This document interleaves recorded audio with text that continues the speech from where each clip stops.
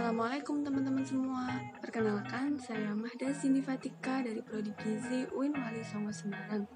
Pada video kali ini, saya akan memberikan edukasi gizi terkait tentang hipertensi sebagai pembunuh senyap. Jangan lupa dilihat videonya ya. Sebelum kita membahas mengenai hipertensi, terlebih dahulu kita ketahui apa itu tekanan darah. Tekanan darah adalah kekuatan atau tenaga yang digunakan oleh darah untuk melawan dinding pembuluh darah arteri dan biasa diukur dalam satuan milimeter air raksa atau mmHg. Tekanan darah merupakan sejumlah tenaga yang dibutuhkan untuk mengedarkan darah ke seluruh tubuh. Nilai tekanan darah dapat dinyatakan dalam angka sistol maupun diastol. Tekanan darah sistol yaitu nilai tekanan darah saat fase kontraksi jantung atau saat jantung bekerja.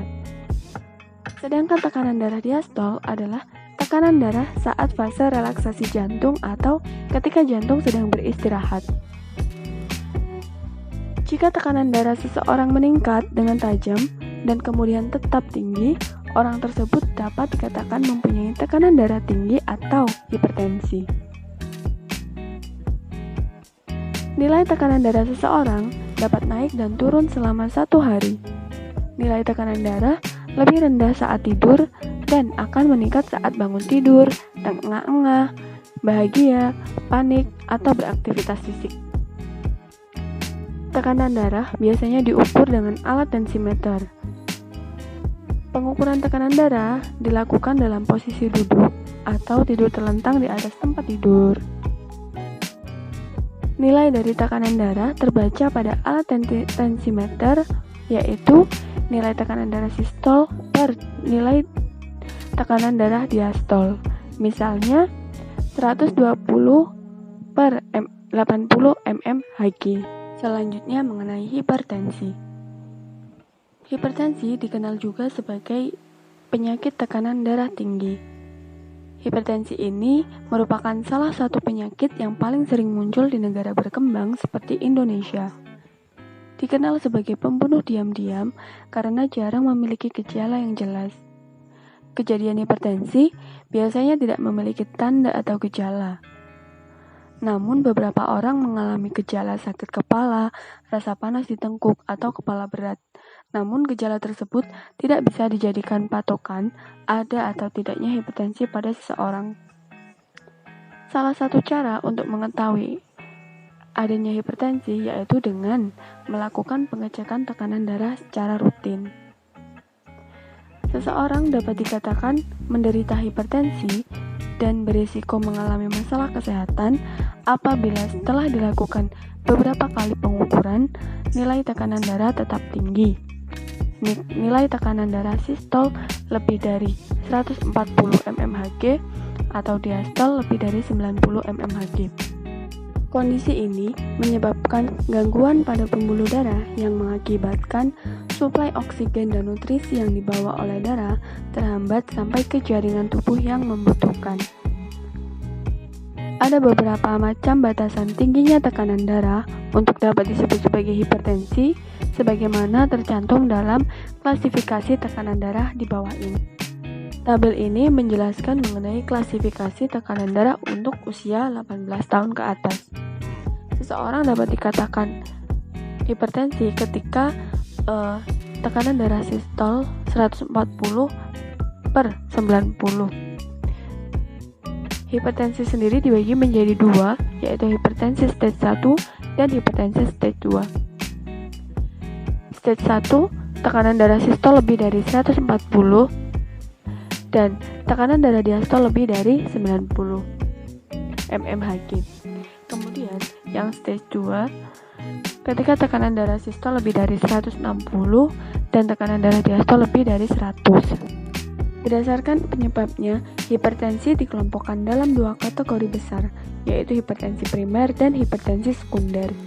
Hipertensi primer yakni hipertensi yang tidak diketahui penyebabnya, tetapi mungkin bisa disebabkan oleh berbagai faktor, seperti diet yang tidak tepat, kelebihan asupan natrium, rendahnya asupan kalium, kelebihan asupan alkohol, aktivitas yang rendah, stres, dan obesitas.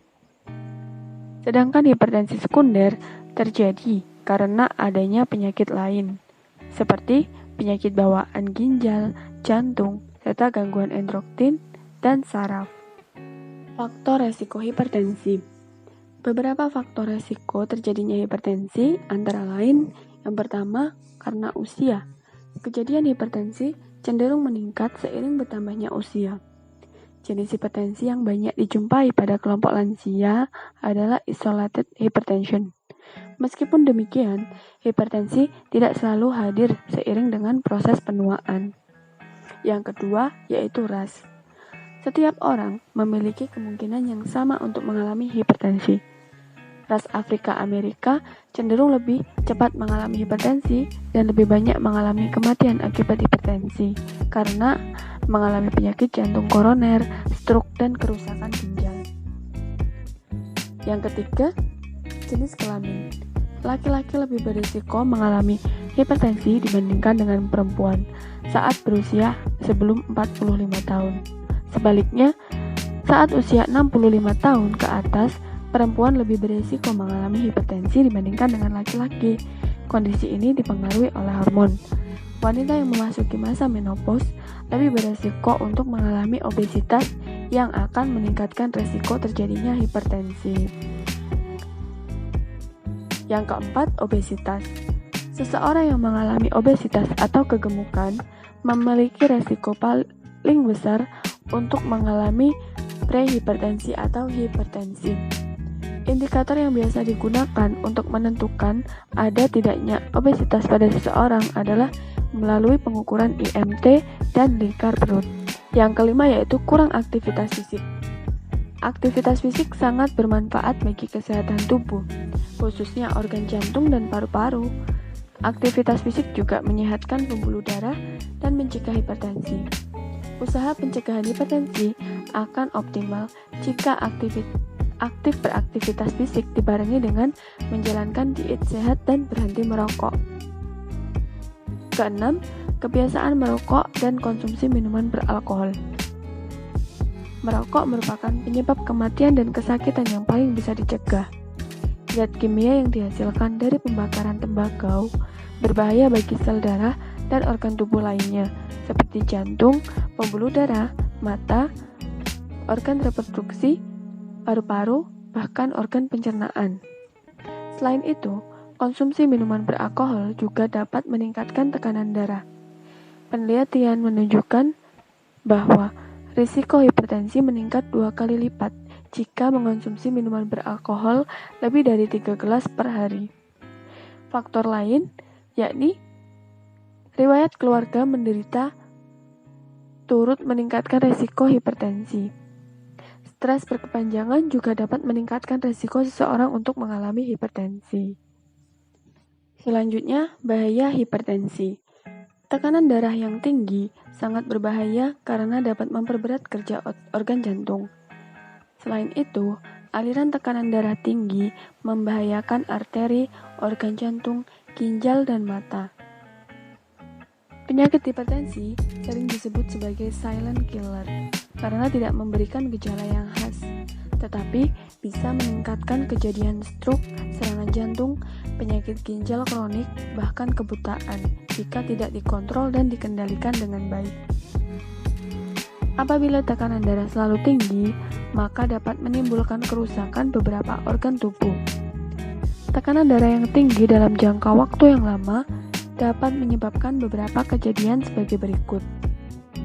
Yang pertama yaitu penyakit jantung. Hipertensi yang berkepanjangan bisa menyebabkan penyakit jantung karena tekanan darah yang lebih tinggi membutuhkan proses yang lebih keras sehingga membuat serabut otot jantung menjadi tebal dan menguat secara abnormal. Peningkatan tekanan darah dapat mempertebal arteri koroner dan arteri menjadi mudah tersumbat. Apabila arteri sepenuhnya tersumbat, maka seseorang akan lebih rentan terhadap serangan jantung. Yang kedua, cedera otak. Tekanan darah tinggi yang berkepanjangan seringkali menyebabkan kerusakan terhadap otak. Pembuluh yang melemah bisa pecah dan menyebabkan pendarahan di berbagai tempat.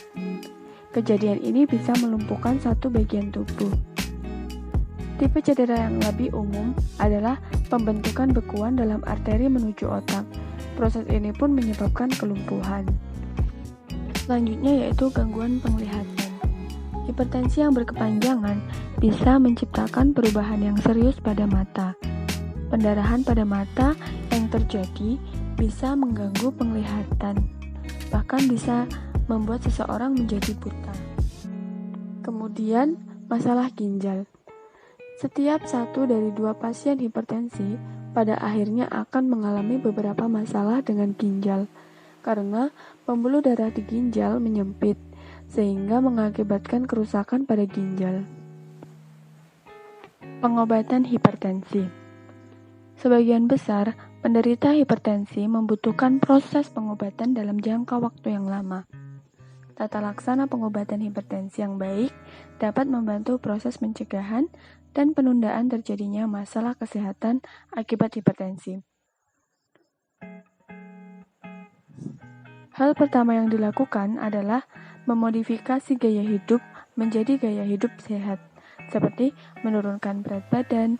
Apabila mengalami kelebihan berat badan, memperbanyak konsumsi buah dan sayur, mengurangi konsumsi natrium, meningkatkan aktivitas fisik, berhenti merokok, tidak mengonsumsi minuman beralkohol, dan manajemen stres. Apabila perubahan gaya hidup sehat tidak berhasil, maka bisa dibantu dengan pemberian obat antihipertensi. Berikut ini beberapa obat yang tercantum, di antaranya yang pertama, diuretik. Obat antihipertensi jenis ini dapat menurunkan tekanan darah dengan mengeluarkan kelebihan air dan garam dari dalam tubuh melalui ginjal. Kemudian, beta blocker. Obat ini membantu organ jantung memperlambat detaknya sehingga darah yang dipompa jantung lebih sedikit dibandingkan pembuluh darah, sehingga tekanan darah dapat menurun. Ketiga, ada ACE inhibitor.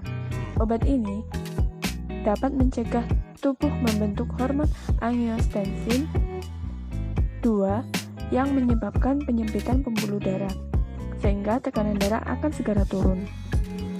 Selanjutnya ada angiotensin 2 reseptor blocker. Obat jenis ini memberikan perlindungan terhadap pembuluh darah dari hormon angiotensin 2 dan mengakibatkan pembuluh darah rileks serta melebar.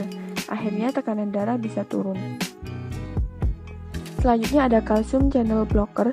Obat jenis ini bertugas untuk mengatur kalsium agar masuk ke dalam sel otot jantung dan pembuluh darah, sehingga pembuluh darah menjadi rileks dan tekanan darah menurun. Selanjutnya ada alpha blocker. Obat antihipertensi ini bertugas mengurangi impuls saraf yang mengakibatkan pembuluh darah mengencang, sehingga aliran darah lancar dan tekanan darah menurun. Inhibitor sistem saraf. Obat jenis ini bertugas meningkatkan impuls saraf dari otak untuk bersantai dan memperlebar pembuluh darah sehingga tekanan darah dapat menurun. Selanjutnya ada vasodilator. Obat antihipertensi jenis ini berfungsi untuk mengendurkan otot-otot dinding pembuluh darah sehingga tekanan darah dapat menurun. Pengaturan diet pada pasien hipertensi. Sebelum kita mempelajari tentang diet, alangkah lebih baik jika kita mengetahui bahwa diet atau pengaturan makanan itu mempunyai makna yang luas, bukan hanya membatasi konsumsi makanan tertentu, tetapi bisa jadi menambah jumlah makanan yang harus dimakan untuk tujuan kesehatan tertentu. Tujuan dari penata laksanaan diet pada pasien hipertensi adalah untuk membantu menurunkan tekanan darah dan mempertahankan tekanan darah menjadi normal. Di samping itu, diet juga ditujukan untuk menurunkan faktor resiko seperti berat badan yang berlebih, tingginya kadar lemak kolesterol, dan asam urat darah, dan harus memperhatikan pula penyakit degeneratif yang lain yang menyertai darah tinggi seperti jantung, ginjal, dan diabetes mellitus. Diet yang diberikan pada pasien hipertensi yaitu diet rendah garam, yang terbagi menjadi 3 kategori: diet rendah garam 1, diet rendah garam 2, dan diet rendah garam 3. Adapun tujuan dari diet rendah garam ini yakni membantu menghilangkan retensi garam atau air dalam jaringan tubuh dan menurunkan tekanan darah pada pasien hipertensi. Adapun syarat dan dietnya adalah cukup energi, protein, mineral, dan vitamin. Bentuk makanan menyesuaikan dengan keadaan penyakit dan kondisi pasien. Jumlah natrium disesuaikan dengan kondisi tubuh pasien, dengan berat tidaknya retensi garam atau air atau hipertensi. Anjuran diet yang terdapat pada diet rendah garam sesuai dengan kandungan garam atau natriumnya yaitu diet rendah garam 1 dengan natrium per hari sebesar 200 hingga 400 mg per hari. Nah, ini diberikan untuk pasien dengan ada edema, asites, atau hipertensi berat. Pada pengolahan masakannya tidak menambahkan garam dapur sama sekali. Kemudian pada diet rendah garam 2 diberikan 600 hingga 800 mg natrium, yaitu diberikan pada pasien dengan edema, asites, atau hipertensi dengan tidak terlalu berat. Pada pengolahan makanannya boleh menggunakan setengah sendok teh garam dapur.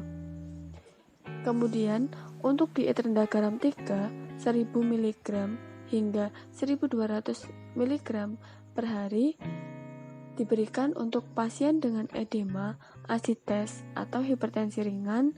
Pada pengolahannya yaitu boleh menggunakan 1 sendok teh garam dapur atau setara dengan 4 gram natrium.